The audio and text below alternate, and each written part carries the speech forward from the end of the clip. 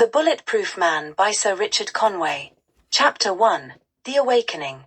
The city pulsed with its usual rhythm, the distant wail of sirens, the hum of traffic, and the chatter of lives being lived within the confines of brick and glass. Among this chaos, the man with no name walked unnoticed, blending seamlessly into the crowd. His unremarkable appearance was his camouflage, a brown coat that hung loose on his frame, scuffed boots that had walked countless miles, and a face that was neither young nor old, handsome nor plain. Nobody paid him any mind, which was precisely what he wanted. For years, he had existed on the margins, taking odd jobs where he could, never staying in one place for long. He had no family, no close friends, and no one to call his own. Even he wasn't sure if he had chosen this life or if it had chosen him. What he did know was that something inside him felt dormant, like a coiled spring waiting to uncoil. The moment came on a rainy October night. The city's rain-slicked streets reflected the neon glow of advertisements above, painting the asphalt in streaks of blue, green, and red. The man had just left a diner, his stomach full of cheap coffee and stale toast. He kept his head down as he walked through a narrow alley, his hands shoved deep into his coat pockets to keep out the chill. "Hey, you." The voice was sharp, filled with both fear and aggression. The man stopped and turned to see a figure stepping out from the shadows, a young man, barely older than 20, his face gaunt and desperate. In his hand was a switchblade, its edge glinting in the dim light. "Wallet," the mugger demanded, his voice trembling. The man with no name regarded him silently. Something about the boy's shaking hands and hollow eyes told him this wasn't a hardened criminal but someone on the edge, pushed to desperation by circumstances he could only guess at. "I don't have much," the man said, his voice calm. He reached for his pocket, moving slowly, but the mugger flinched, stepping closer. "Don't try anything. Just give it to me." The blade flashed, and instinct took over. The man didn't think, he simply reacted. His eyes locked onto the knife, and in that instant, the blade dissolved into nothingness, vanishing in a puff of mist. The mugger gasped, staring at his now empty hand. "What the?" Before the mugger could finish his sentence, his entire body began to shimmer.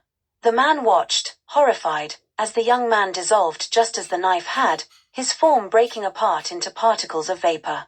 Within seconds, there was nothing left but a faint wisp of smoke, quickly carried away by the wind. The alley was silent. The man stood frozen, his breath coming in short, sharp gasps. His heart pounded in his chest as the reality of what had just happened began to sink in. He had done that. He didn't know how, but he had. He stumbled out of the alley, his legs trembling beneath him. His mind raced with questions. What had he just done? How had he done it? And perhaps most terrifying of all, what did it mean? The man didn't sleep that night. Back in his small, sparsely furnished apartment, he sat at the edge of his bed, staring at his hands as if they belonged to someone else. They were ordinary hands, calloused from years of hard work, with faint scars tracing his knuckles. Yet those hands had somehow unleashed a power that defied explanation. He spent the next several days in isolation, avoiding people, afraid of what might happen if he lost control again. But curiosity gnawed at him, pushing him to understand his newfound abilities. He began to experiment, starting small, a pencil, a piece of paper, a broken chair. Each object disintegrated into vapor the moment he focused on it, leaving no trace behind. The process was effortless, requiring nothing more than a thought. At first, the man was terrified. The implications of such power were staggering. If he could disintegrate objects, what else could he do? The memory of the mugger haunted him, a reminder that this power could destroy lives just as easily as it could destroy things. As the days turned into weeks, he discovered another aspect of his abilities, one that was less destructive but no less extraordinary. It began one evening as he stared at himself in the cracked bathroom mirror. His reflection looked haggard, his eyes bloodshot from sleepless nights. "Calm down," he whispered to himself, more a plea than a command. And then, miraculously, he did. The tightness in his chest eased, his racing thoughts slowed, and a sense of clarity washed over him. It wasn't the kind of temporary relief that came from taking deep breaths or drinking a glass of water, it was as if the words themselves had rewritten his mental state. He began to test this ability, speaking simple phrases aloud and watching as they took effect. "You are strong," he told himself, and he felt a surge of confidence. "You will sleep tonight," and for the first time in weeks, he did. Eventually, he tried this power on others. In a crowded park, he sat next to a woman who was visibly distraught, tears streaming down her face. "It's going to be okay," he said softly, and though she didn't look at him, her sobs quieted. Her breathing steadied, and a faint smile crossed her lips as she whispered, "Thank you." This second ability was subtler than the first, but in many ways, it felt more powerful. With his words, he could shape emotions, plant ideas, even alter perspectives. It was a power that could heal rather than harm, a power he decided to cultivate.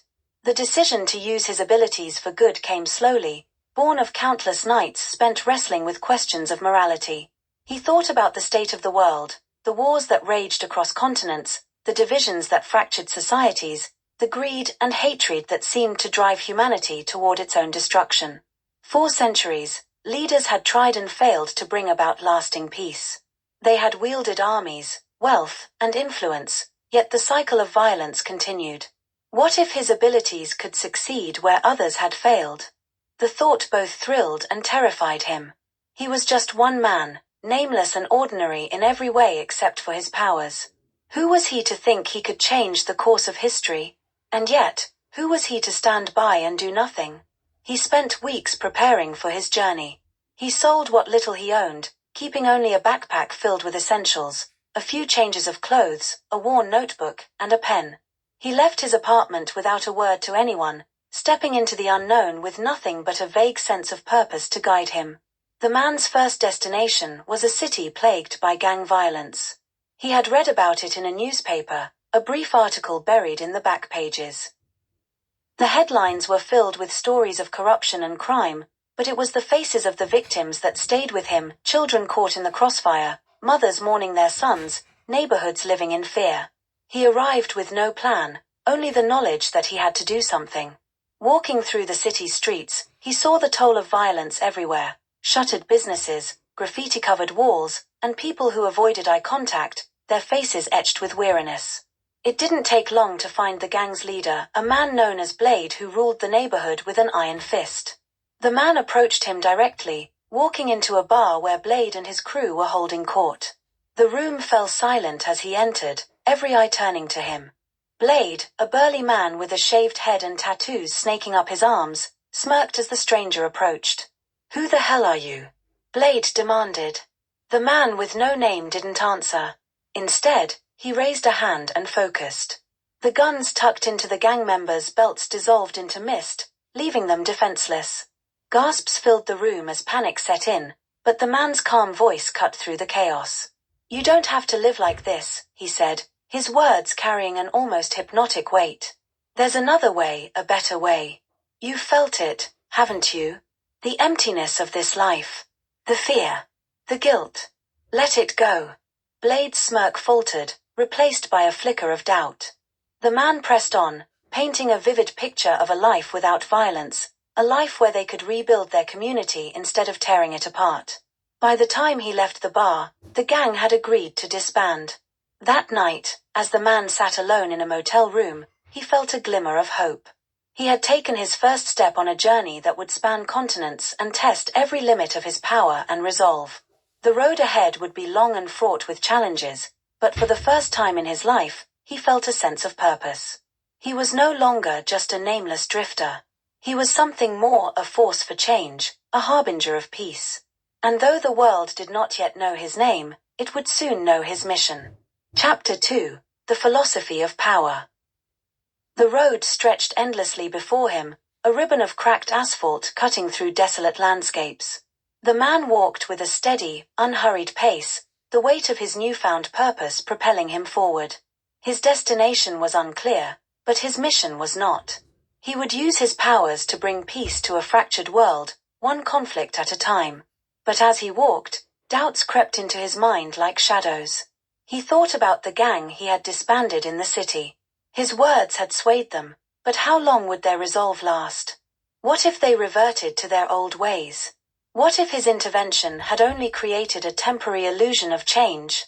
The questions gnawed at him, forcing him to confront an uncomfortable truth. His powers, as extraordinary as they were, could not force lasting peace. It was not enough to disarm a man or change his mind in a moment. True peace required transformation of hearts, minds, and systems. And that kind of change could not be imposed. It had to be cultivated, nurtured, and chosen freely. The man's journey eventually brought him to a village nestled in the shadow of a mountain range. It was a place scarred by war, its buildings reduced to rubble and its people hollow-eyed from years of suffering. The village was under the control of a brutal militia that extorted its residents, demanding food, labor, and loyalty in exchange for a fragile semblance of protection. The man arrived unannounced, his presence met with wary glances and whispered warnings.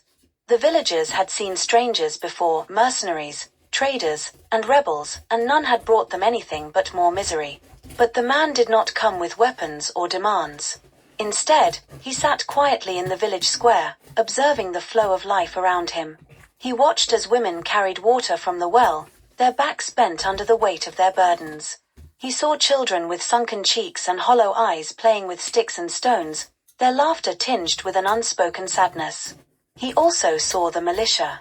They moved through the village like predators, their rifles slung casually over their shoulders as they barked orders and collected their dues. The villagers obeyed without question, their fear palpable. The man knew he couldn't approach the militia directly, not yet. To do so would risk alienating the very people he hoped to help. Instead, he began speaking to the villagers one by one, using his power of autosuggestion to plant seeds of hope and courage. "You are stronger than you know," he told an elderly farmer as they sat together on a crumbling stone wall. "The future isn't set," he said to a young mother cradling her infant. "It can be changed. The power to stand together is greater than the power to stand apart," he whispered to a group of laborers toiling in the fields. At first, the changes were subtle, a softening of weary expressions, a glimmer of defiance in eyes that had long been dulled by despair. But over time, those seeds began to sprout. The villagers started to speak to one another more openly, sharing their fears and dreams. They began to imagine a life beyond the shadow of the militia.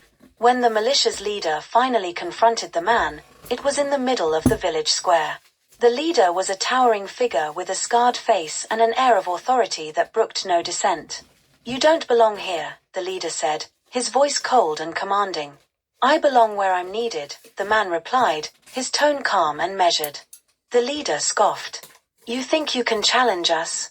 We own this village. These people belong to us." "No one belongs to anyone," the man said, his gaze steady. "Not truly. And deep down, you know that." The leader's eyes narrowed. "I don't know who you are or what you think you're doing, but you'd better leave before I make you disappear." The man said nothing, but his silence was more powerful than any words. He stepped forward, closing the distance between them, and extended his hand. "Shake my hand," he said, his voice carrying an almost hypnotic weight. For a moment, the leader hesitated. Then, as if compelled by some unseen force, he reached out and clasped the man's hand. The moment their hands touched, the man used his power of autosuggestion to reach deep into the leader's mind. He saw flashes of memories, a childhood spent in poverty, the loss of family to war, the hunger for power that had driven the leader to become what he was. And in that moment, the man planted a single thought.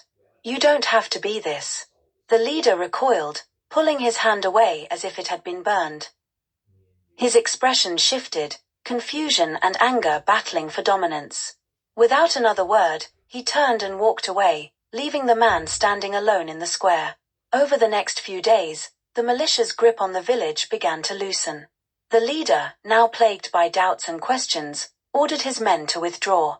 The villagers, emboldened by the man's words, began to rebuild their homes and reclaim their lives. Before the man left, he gathered the villagers together in the square and spoke to them one last time. "You have seen what fear can do," he said.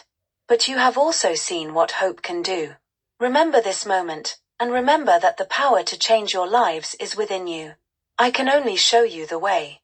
The rest is up to you." As he walked away from the village, he felt a sense of quiet satisfaction. It wasn't a perfect solution, and there were no guarantees that the changes would last. But it was a start, a small step toward the larger goal he had set for himself. The experience in the village taught the man an important lesson. Power alone could not bring peace. It was a tool, and like any tool, it could be used for good or ill. But the real work, the hard, messy, and uncertain work, was changing hearts and minds. As he continued his journey, he began to refine his approach. He would use his powers sparingly, as a means of opening doors rather than forcing them open. He would speak to people, not as a savior or a conqueror, but as one of them, a man who believed in the possibility of a better world. He also began to grapple with the limitations of his powers. There were times when words weren't enough, when the darkness of human nature seemed too vast to overcome. And there were times when he was tempted to use his power of vaporization to erase the sources of that darkness, to remove those who profited from violence and suffering. But he resisted. He remembered the gang leader in the city, the militia leader in the village, and the countless others he had encountered on his journey. They were not monsters. They were human beings, shaped by circumstances and choices. To destroy them would be to deny their humanity, and to deny their humanity would be to deny his own. One night, as he camped beneath a star-filled sky, the man sat by his fire and thought about the road ahead. His mission was impossibly vast, and the obstacles were daunting. But he reminded himself of the small victories he had already achieved, the lives he had touched, and the hope he had inspired. He didn't know if he could bring peace to the entire world, but he knew he had to try.